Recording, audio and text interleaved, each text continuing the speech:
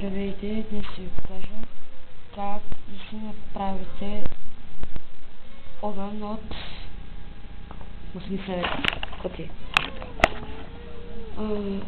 Подръчни материали. Така, започваме с запалка, на която е махната гъста и всички останали неща. Това е само балячето и камъчето. Така.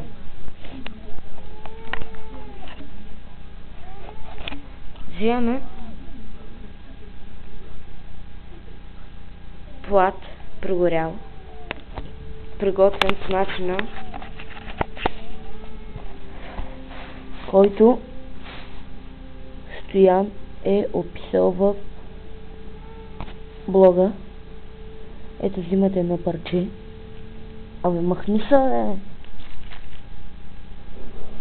и го слагате в някои от по-големите дупки.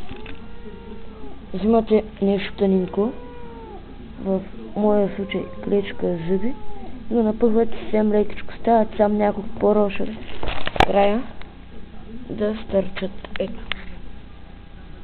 Ето го плата. Ето. Ко знае, котя? Така. След това хващате запалката и на нещо плоско започвате да търкате.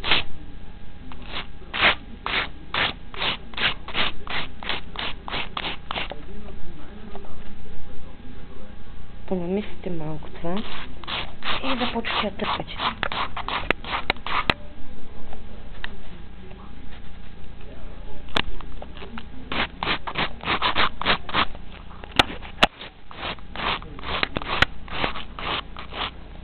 Запаля се?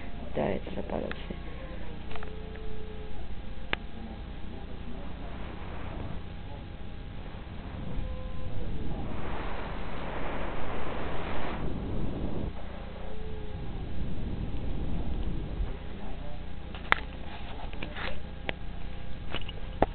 Това от мен. Сега това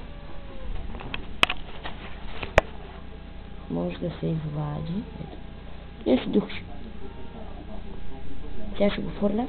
Ух, ти се опари. Това е от мен.